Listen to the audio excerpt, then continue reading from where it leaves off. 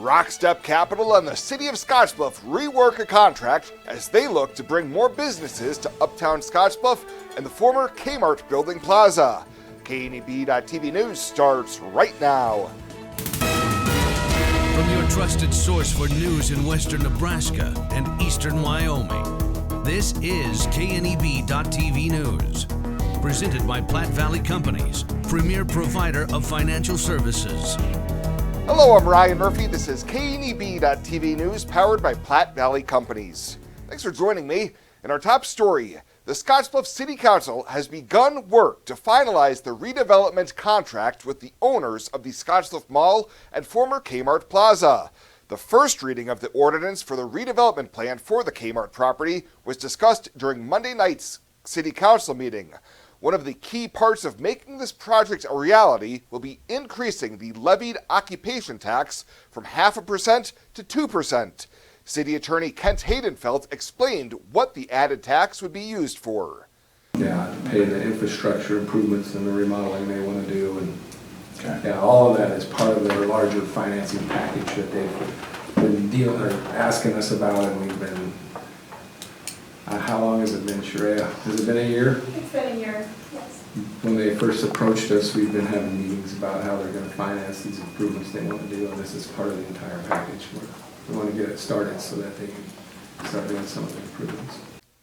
The council gave first-round approval of the ordinance, but Haydenfeld did note that the developers will be working with the city to amend some of the language that's currently in the ordinance. Authorities are asking for the public's assistance in locating a male suspected of assaulting a Garing resident with a hammer midday Wednesday. Officers were called to the 1800 block of 20th Street about an assault victim asking for help. Upon arrival, officers met the male victim who was bleeding from his head and face and said an unknown male was inside his home, described as Hispanic or Asian, standing 5'8" to 6 feet tall, and had a stocky build. After a scuffle, the suspect left the home and drove away. The victim was treated on scene and then later transported to Regional West. Captain Jason Rogers says anyone in the area that may have security camera footage that they're willing to share to please contact the Garing Police Department at 436-5089. Well, the City of Alliance has a new City Council member. During Tuesday night's meeting, the council nominated Monty Weisgerber to fill the vacancy left by Mara Anderson, who stepped down because her husband accepted a job that would move their family out of state. Weisgerber was administered the oath of office and was able to officially sit on his first council meeting. His term will run through the end of the year, or he will then be able to run for the seat to formally be elected. We'll have more news right after the break. Looking for free instead of fees? Platte Valley Bank can help you keep your finances moving forward with no ATM fees. Whether you're headed to the lake, the mountains, or just to the grocery store, you can enjoy the freedom of free ATM access anywhere, anytime. Platte Valley Bank. You belong here.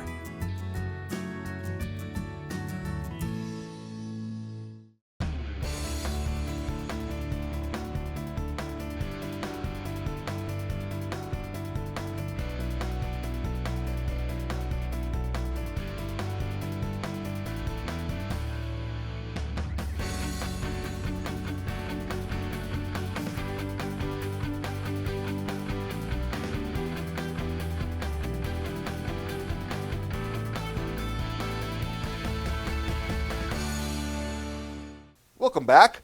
On the heels of completion of the merger between Panhandle Co-op and Farmers Cooperative, the rebranded company has announced an acquisition that will further expand their offerings. Legacy Cooperative announced it has entered an agreement to purchase 7 of West Plain LLC's grain handling locations, including in Alliance, Chadron, and Hay Springs in the northern half of the Panhandle. Legacy officials expect to retain all local employees and continue to operate the locations as normal after the transaction closes June 1st, with West Plains continuing to focus on growth in its remaining assets in Nebraska, Colorado, and Wyoming. Legacy CEO Charlie Wright said the acquisition continues to build strength across their core grain handling business while providing increased market access for growers, and his team will work diligently with customers to make the transition as smooth as possible. Well, Nebraska lawmakers have advanced a bill aimed at a tax change in order to reduce property taxes, but not without considerable opposition. LB 388 advanced Tuesday on a vote of 28 to 12, but the bill remains a work in progress as it was passed without the 1-cent increase in the state sales tax rate. During debate, Bayard Senator Steve Erdman opposed the bill, saying if lawmakers really wanted to make an impact, they would broaden the sales tax base by eliminating exemptions. You have a $100 billion base instead of whatever we're trying to do here. It probably gets us to $55 billion. And you do the math. You do a $100 billion base, and we're currently at 5.5%. What's 5.5 divided by 2? 2.75? So you broaden the base, lower the rate to 3. You collect all the money you need to do what you're going to do about property tax relief, and you balance a three-legged stool if that is your goal.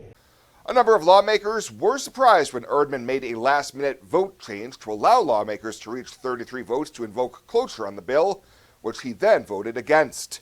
Negotiations on the bill could involve a host of options. And Governor Jim Pillen issued a statement calling senators to support LB 764, introduced by Senator Lauren Lippincott. The bill proposes the reinstatement of the winner-take-all system for electing presidential and vice presidential candidates, awarding all electoral votes to candidates receiving the highest number of votes in the state. Pillen says he's a strong supporter of the concept in the measure and has been from the start. He continues that it would bring Nebraska back in line with 48 states across the country, better reflecting the founders' intent and ensuring the state speaks with one unified voice in presidential elections.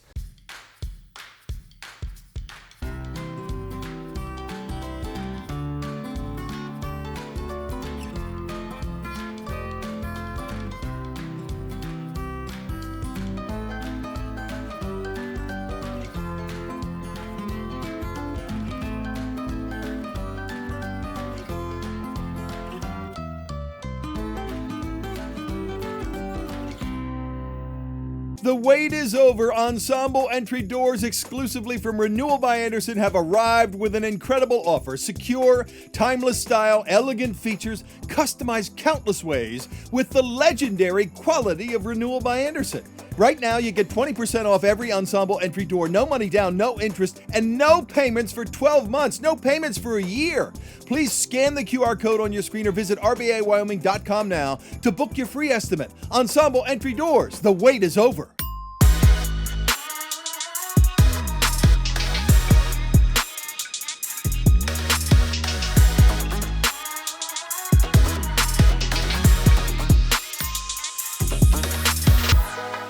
Now the latest from the Scottsbluff Body and Paint Sports Desk. Scottsbluff Body and Paint, you're driving home our reputation.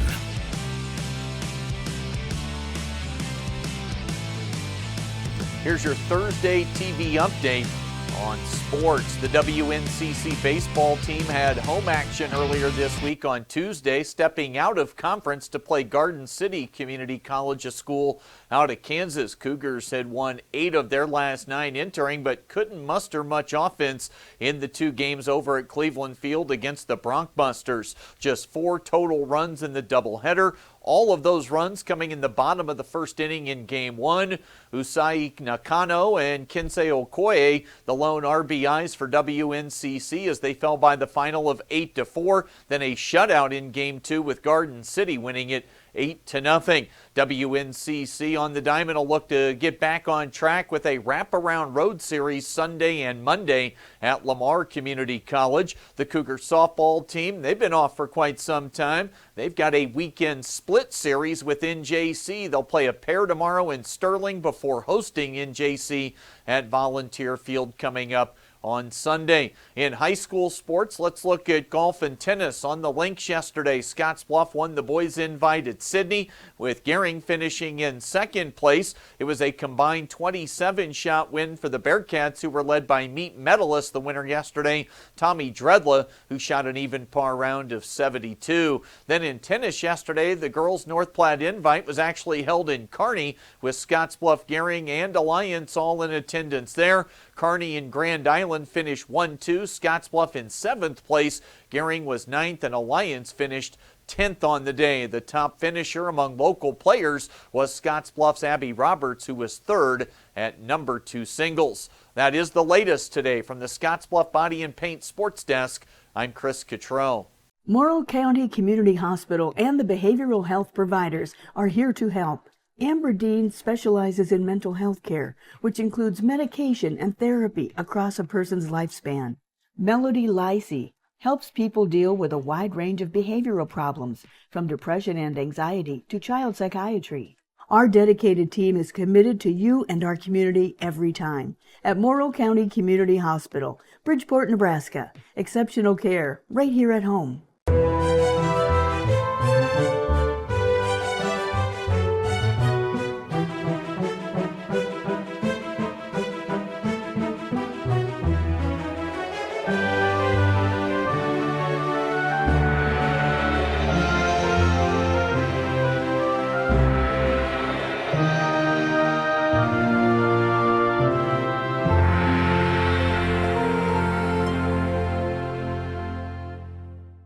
Let's take a look at your community calendar, brought to you by Riverstone Bank.